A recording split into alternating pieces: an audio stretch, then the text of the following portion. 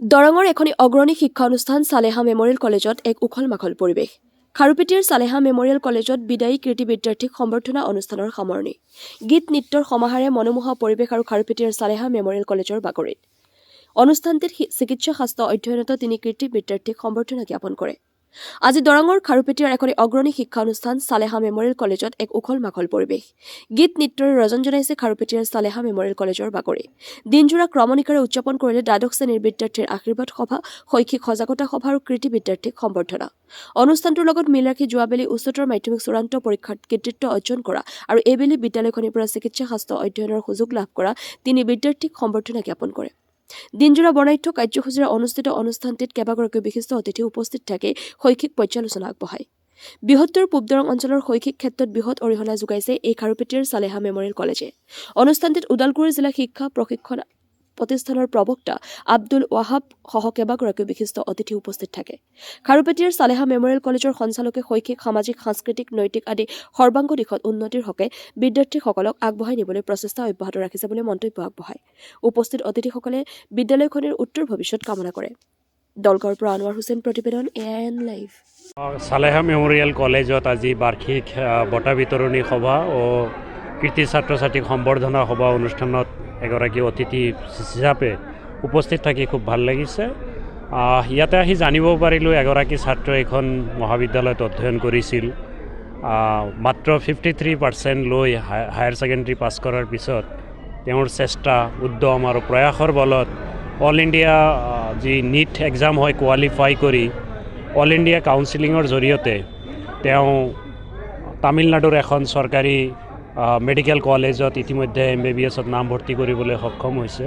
তো অনুষ্ঠানখনৰ যি সফলতা, সেই সফলতা খুব ভাল লাগিছে যে দৰিদ্ৰ দুখীয়া ল'ৰা ছোৱালীখিনিক তেওঁলোকে সহায় কৰিছে, পঢ়াইছে আৰু ইয়াত প্ৰতিভা থকা বহুত ল'ৰা ছোৱালী আছে।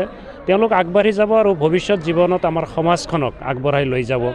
শৈক্ষিক যি যাত্ৰা, এইটো খুব ভাল লগা। আজি ইয়াত আহি জানিব পাৰিলোঁ এই মহাবিদ্যালয়খনত বা জুনিয়ৰ কলেজ যি ছেকশ্যন আছে ছায়েন্সত অধ্যয়ন কৰা প্ৰায় 13গৰাকী ছাত্ৰ ছাত্ৰী বিভিন্ন মেডিকেল কলেজত MBBS কৰি আছে বা কাৰোবাৰ কমপ্লিট হৈছে। লগতে 6গৰাকী BDS কৰি আছে, বহুতো BHC নাৰ্ছিং বা তেনেকুৱা ধৰণৰ টেকনিকেল কোৰ্চ কৰি নিজকে ইষ্টাব্লিছ কৰিছে।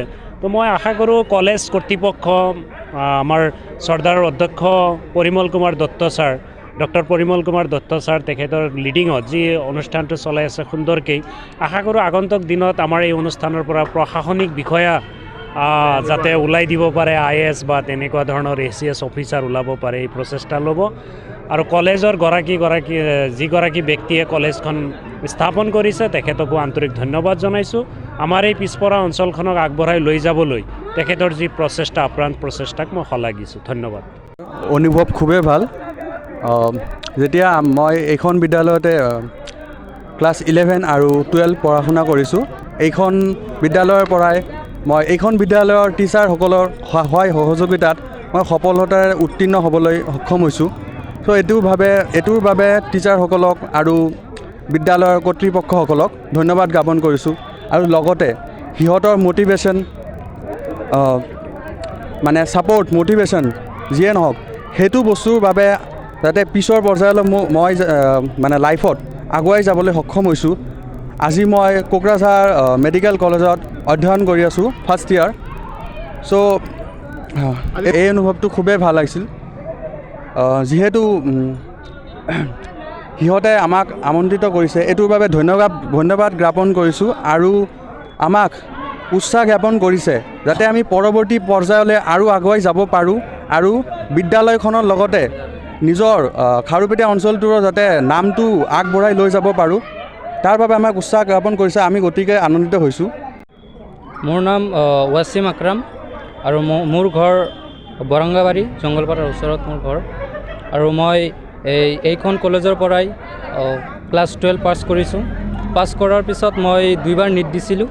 মানে মোৰ হাই ছেকেণ্ডেৰী পাৰ্চেণ্টেজ আছিল 53%। আৰু মই 2বাৰ নিট দিয়াৰ পিছত মই তামিলনাডু ষ্টেটৰ GMC নীলগিৰিছত মই MBBS চিট পাইছোঁ। হয়,